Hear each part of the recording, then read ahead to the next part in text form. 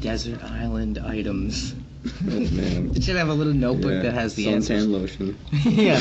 Espresso machine. Yeah. And a generator. Even though there's no real reason to be awake, you're stuck on a desert I would island. not miss 1 second of that. I definitely would bring a hand crank flashlight, Ooh, a machete, don't need that. and then something fun. Conch shell. Well, they'd be there. So you could always Mikey, they'd be there. No, so you could always talk. Nah, they'd be there. Sand. Yeah, you bring coconuts too, Mikey. Sand. Well, Inflatable palm trees. let's see. And then the third item, I'm trying to, because people will say, iPod, where are you going to charge it? Exactly. Not with the That's what I'm saying. flashlight. That's, Solar powered. You'd have to bring solar panels too. Yeah, solar panels. Yeah. Does that count Bathing as one suit. item or? yeah, bathing suit. Why not? Why not? Bathing suit. No, but nobody's. Brian doesn't like that. Yeah, but nobody's- All right, we'll rethink it. Yeah, nobody's gonna see you naked. This is easy. Just come up here. I don't know. Probably a really nice pillow. Yeah, you need that. And a blanket. We're running out of options. Hand crank flashlight, machete, Slippers. slippers. Okay. Sure. Right, yeah.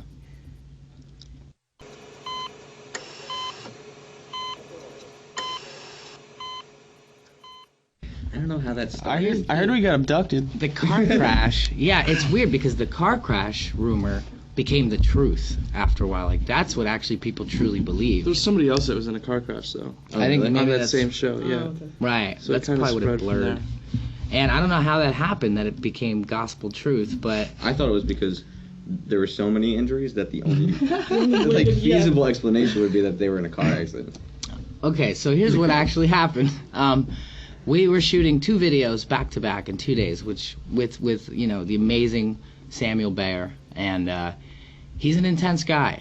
I'm just gonna put it out there. He was the I would most say intense that. guy we'd ever worked with, and we loved it. We loved every second of it. So we had shot the first video.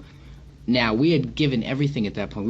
We were just completely exhausted, beat up. You know, that was the video for Welcome to the Black Parade. Now the second video, which was at yet untitled, and we're still not going to tell you what it is, but even when we were shooting it, it didn't have a final title. We had to somehow reach inside ourselves and give an even better performance and give more in about 3 hours time. It was the quickest video that Sam had ever made and the most intense.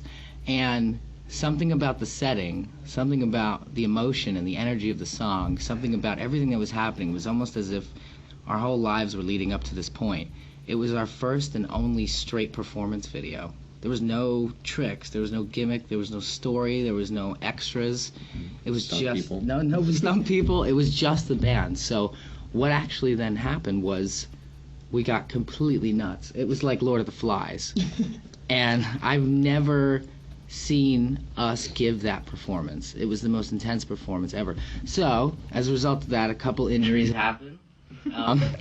I tore all the ligaments in my foot, and it was really brutal. We thought it was broken. Later on, I went to the hospital, and they had told me that it's actually worse than a break because you can't put a cast on it. We still did it. We still kept going, and we all got hurt. We all got cuts all over our faces, everything. And Bob, for the last shot of the video, I don't know how he did it, but his leg was being burned so bad from this fire that was on set.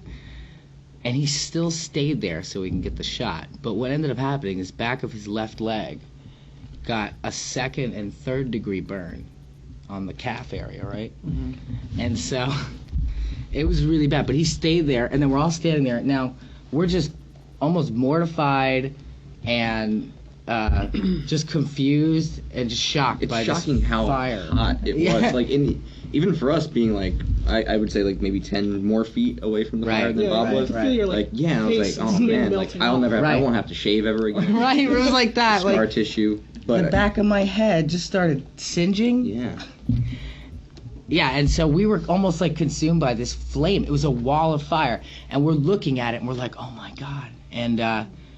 And then Bob goes, all of a sudden, he snaps us out of it, and he goes, "I got to get out of here."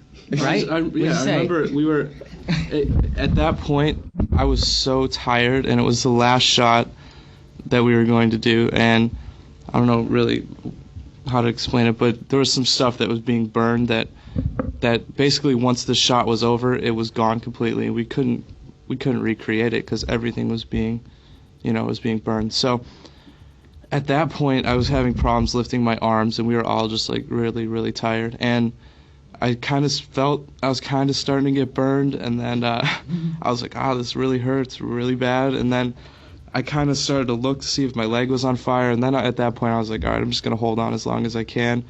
I'm already in pain, like, we'll just see how far we can get with it. And somehow it was to the end of the song, and it was the last shot. You could see it.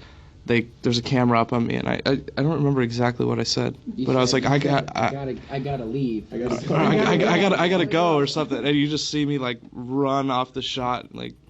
But it's definitely, we watched playback from that shot, and it just by the fact that we are all kind of in pain, Right. It looks amazing. Like, it looks really good, so it's worth it. So fast forward to the next day, me and Bob in the emergency room together, and And then I got gangrene. then Yeah, we got I'd like to gangrene. fast forward to that. Fast forward to Please. Japan.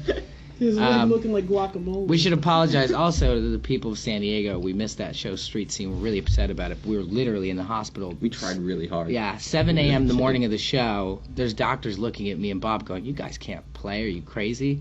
I left on crutches. He was all bandaged, and but then in Japan, We Bob, still, even in San Diego, we were like, we don't really care what the doctors say. We're gonna go try and do this. And Yeah. we drove from L.A. to San Diego in the middle of the night. Ended up getting somewhere to practice, and we tried all night, and we just couldn't do it.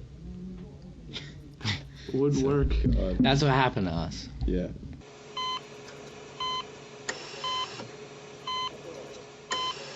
Basically, the hour every night we get to play. I mean, Yeah, you know, that's the thing. The number one. Because that's not, well, it's hard to say because that's not even really the job, you know? Like, Yeah. I think everything else surrounding that kind of sometimes resembles a job, Yeah. you know? But the playing is the part that's what you do everything else for. It's like, you know, that's the gold, the pot of gold at the, at the end of it. Yeah, it is. It is. So awesome. It's I that love it. 1 hour that we perform together on stage, and we get to show everybody in that room what we're made of. That's the best part of the job. There's a lot of other benefits to the job as well, which is you get to travel the world with your best friends. You get to see crazy stuff when you get to see it. But you also have experiences that you almost don't realize how crazy they are when they're happening. And then you reflect later and go, wow, we did that? Like, that's nuts. Like, so...